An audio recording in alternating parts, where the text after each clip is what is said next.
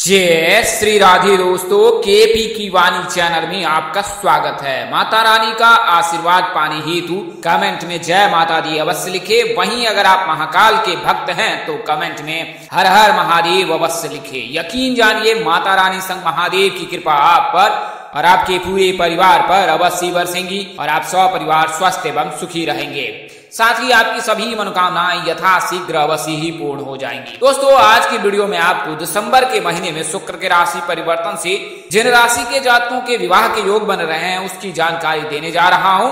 तो इसमें आपको उन राशियों के बारे में विस्तार से जानकारी दी जाएगी। साथ ही आपको प्राथमिक जानकारी दी जाएगी कि विवाह हेतु जो है किन किन बातों का ध्यान अवश्य रखना चाहिए। बातों को जानकारी नहीं देते हैं तो इसका जानना आपके लिए बहुत शुभ है और बहुत जरूरी भी है, क्योंकि अगर आप इन नियमों का पालन करते हैं तो अगर आपकी बेटी या बेटा या फिर आप स्वयं विवाह करने जा रहे हैं तो फिर आपका वैवाहिक जीवन सुखमय रहेगा।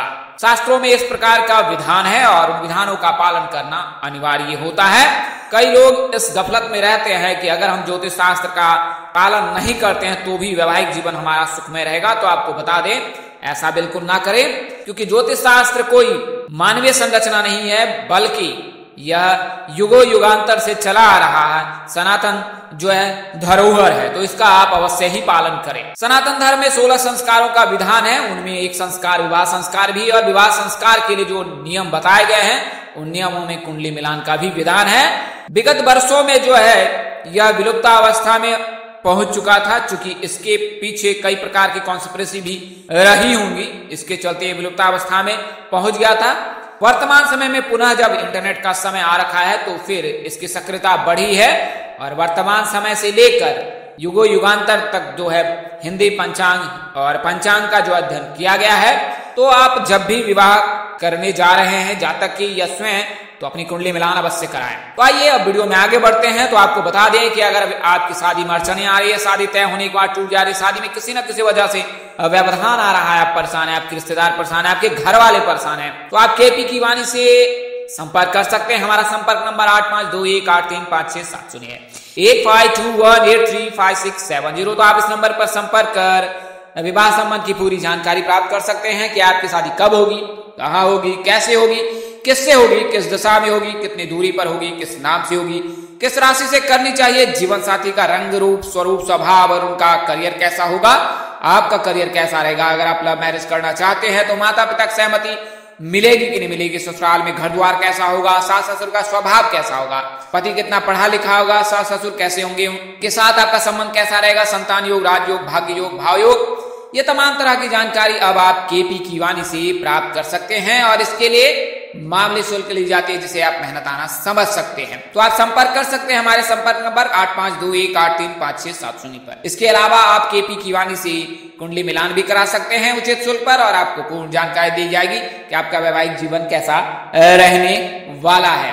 तो आप संपर्क कर सकते हैं। आइए अब वीडियो में आगे बढ़ते हैं। तो पहले मैं आपको कुछ प्राथमिक जानकारी देता हूं। प्राथमिक जानकारी का अवश्य ही पालन करें, इससे जो है वैवाहिक जीवन सुखमय रहता है। तो विवाह के लिए शुभ दिन कौन माना जाता है? अगर लोग अज्ञातवश किसी भी दिन विवाह कर लेते हैं, लेकिन शास्त्रों में ऐसा कहा गया है कि मंगलवार के दिन का चयन नहीं करना चाहिए। मंगलवार के दिन भूलकर भी विवाह नहीं करना चाहिए। शुभ तिथि सोमवार, बुधवार, गुरुवार तथा शुक्रवार है, लेकिन मंगलवार की जो तिथि है वो शुभ नहीं है।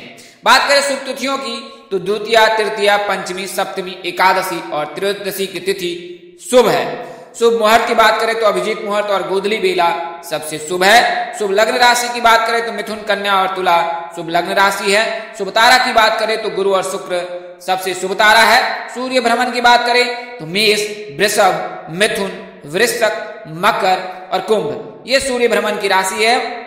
आसान शब्दों में कहें, जब सूर्य मेष राशि में, वृषभ राशि में, मिथुन राशि में, वृश्चिक राशि में, मकर राशि और कुंभ राशि में गोचर करे, भ्रमण करे, उस दौरान विवाह करना श्रेष्ठकर होता है। बात करें नक्षत्र की तो रोहिणी नक्षत्र, मृगशिरा, मघा, उत्तर फागनी, हस्त, स्वाति, अनुराधा, मूल, उत्तराषाढ़ा, उत्तर भाद्रपद, रेवती आदि शुभ नक्षत्र हैं और इन नक्षत्रों में अगर विवाह करते हैं तो ज्यादा शुभ होता है।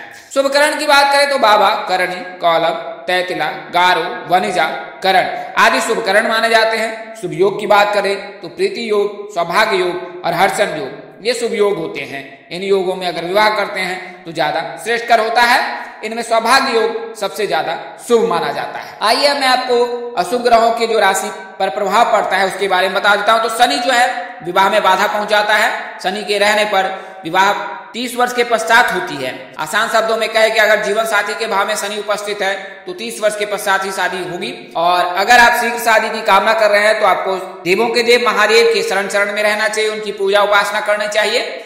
अगर आप महादेव की पूजा उपासना करते हैं तो सब कुछ सामान्य हो सकता है। इसके लिए आपको दृढ़ विश्वास रखना होगा। तो जल में काले तिल मिलाकर, बेलपत्र मिलाकर, गंगा जल मिलाकर आपको शिवलिंग पर अर्घ देना है रोजाना। इससे जो है भगवान शिव प्रसन्न होंगे और जब एक बार शिव प्रसन्न हो जाते हैं तो सब कुछ मंगल ही मंगल होता है। बात करें मंगल की, क्योंकि मंगल कैरियर के लिए शुभ होता है लेकिन विवाह के लिए शुभ नहीं होता है।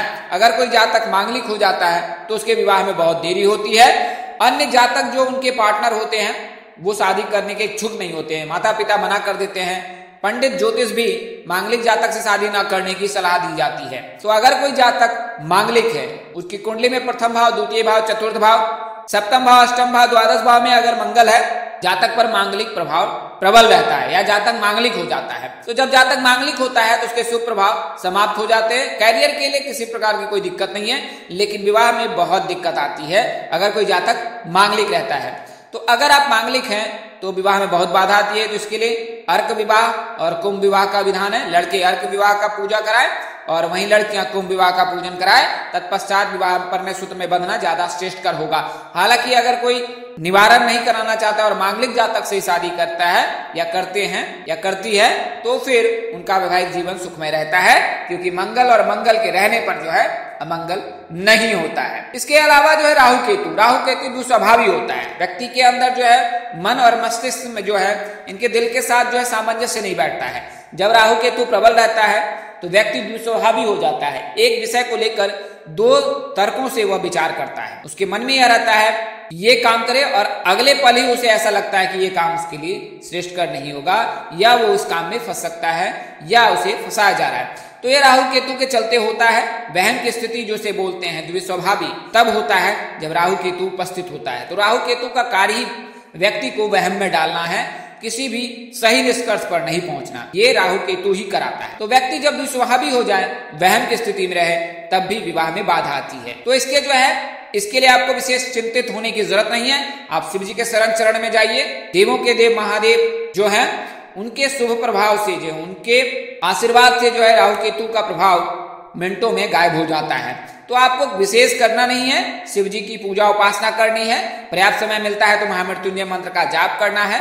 वहीं राहु केतु के जो बीज मंत्र उसका भी आप जाप कर सकते हैं। इससे भी विवाह में बाधा आ रही दूर हो जाती है। भगवान विष्णु की उपासना करें, जल में कुश डालकर स्नान करें अगर राहु केतु प्रबल है। शनिवार के दिन मीठी चीजों का सेवन बिल्कुल ना करें। सूर्य जो है सकारात्मक ऊर्जा का स्रोत माना जाता है, लेकिन सूर्य कभी कभी दुष्प्रभाव भी देता है। जब सूर्य किसी पापी ग्रह के साथ उपस्थित रहता है तो जातक पर बुरा प्रभाव पड़ता है या जातक कभी कभी अहंकारी हो जाता है। इससे उसके संबंध बिगड़ते जाते हैं।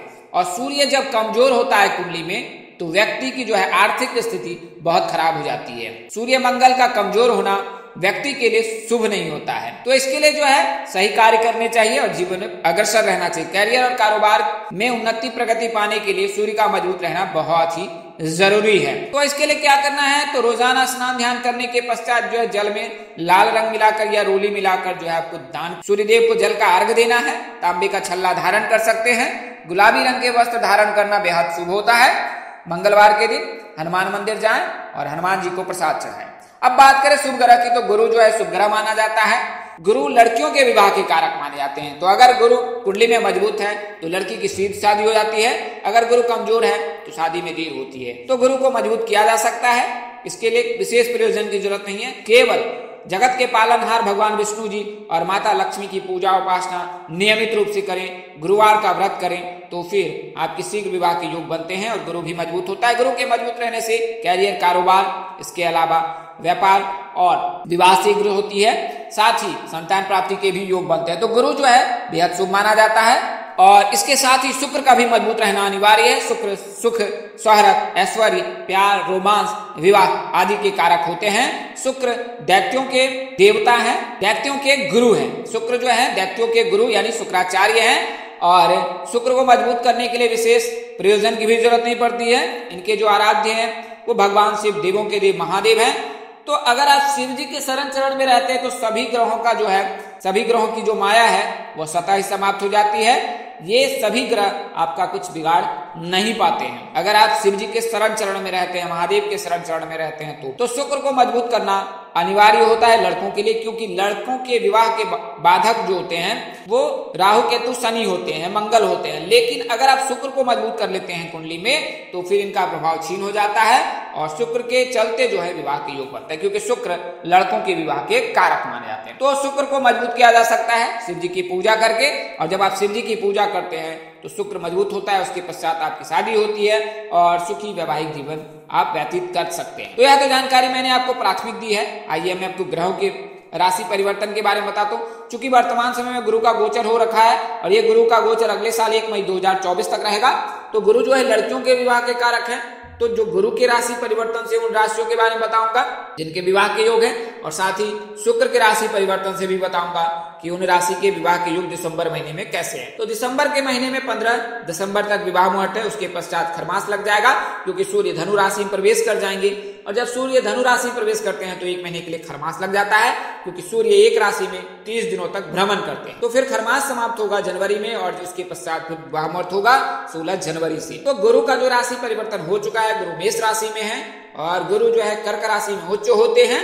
तो मेष राशि के जातक के विवाह के योग तो 30 अक्टूबर के पश्चात 100% बन रहे हैं। तो दिसंबर में आपके विवाह के योग है। वर्तमान समय से लेकर दिसंबर तक रिश्ते तय हो सकते हैं और दिसंबर में विवाह के योग बन सकते हैं। अन्यथा अगले वर्ष 1 मई 2024 से पूर्व आपकी शादी निश्चित ही हो जाएगी अगर आप मेष राशि के जातक हैं। कर्क राशि के जातकों का भी कुछ इस प्रकार ही समीकरण बन रहा है, क्योंकि कर्क राशि में गुरु उच्च के होते हैं और जब गुरु कर्क राशि में उच्च के होंगे या उन्हें उच्च लाभ प्राप्त होगा तो कर्क राशि के जातकों के भी विवाह के योग बनेंगे और 1 मई 2024 तक विवाह के 100% योग बन रहे हैं। तो दो राशि तो मेष राशि कर्क राशि है। मेष राशि के जातक के विवाह के योग जो है जन्मदिन से 22वें वर्ष से बनते हैं। बात करें नाम की, पी नाम के जातक, आर नाम के जातक, एम नाम के जातक के साथ आप परिणय सूत्र में बन सकते हैं। वहीं कर्क राशि के जातकों के जो है वो एल नाम के जातक, जी नाम के जातक, एम नाम के जातक में से किसी एक जातक के साथ आप परिणय सूत्र में बन सकते हैं। अगली जो राशि है तुला राशि, क्योंकि तुला राशि में शुक्र का गोचर होगा तो तुला राशि के जातकों के लिए भी विवाह का योग बनाएगा। तो तुला राशि के जो जातक है का नाम अक्षर जी से होता है और तुला राशि के अलावा शुक्र जो होते हैं मीन राशि में हो चुके होते हैं, तो मीन राशि के जातकों के लिए भी शुभ योग बनाएगा। तो इस तरह से कुल मिलाकर कहे 4 राशि के जातक जो हैं उनके दिसंबर महीने में 100% विवाह के योग बन रहे हैं। तुला राशि के जातक के एस नाम के जातक, जी नाम के जातक, एम नाम के जातक के साथ परिणय सूत्र में बंधने के प्रबल योग है। वहीं बात करें मीन राशि के, तो मीन राशि के जातक के भी विवाह के योग हैं। मीन राशि के जातक के एस नाम के जातक, जी नाम के जातक, डी नाम के जातक के साथ परिणय सूत्र में बंधने के योग बन रहे हैं। मीन राशि के जातक के एस नाम के जातक, जी नाम के जातक, वी नाम के जातक के साथ इनमें से किसी एक जातक के साथ परिणय सूत्र में बंधने के प्रबल योग है। तो कुल मिलाकर कहें मेष राशि के जातक, कर्क राशि के जातक, तुला राशि के जातक और मीन राशि के जातक के दिसंबर में विवाह के 100% योग है। इसके अलावा अन्य राशियों के भी विवाह के योग बनेंगे। शादी उस वर्ष उस महीने ना हो, अगले वर्ष हो, लेकिन उनके भी लिए भी रिश्ते प्रस्ताव आएंगे। तो इस तरह की अन्य जानकारी के लिए हमारे साथ बने रहे। अगर जानकारी देने में अपने अनुज यानी मुझसे कोई गलती या त्रुटि रह गई हो तो कृपया मुझे क्षमा कर दीजिएगा। मेरी कोशिश आपको सत्य और सही जानकारी देने की रहे। इस तरह की वीडियो देखने के लिए हमारे साथ बने रहे। अगले वीडियो में फिर मिलते हैं। तब तक के लिए आप जहां रहे मस्त रहे, स्वस्थ रहे, व्यस्त रहे। माता रानी की असीम कृपा पर बरसती रहे। परमपिता परमेश्वर आपको सद्बुद्धि, सत्मार्ग और आगे बढ़ने की शक्ति दे। नमस्कार, जय श्री राधे दोस्तों, जय श्री कृष्णा, जय माता दी, जय वाहिगुरु।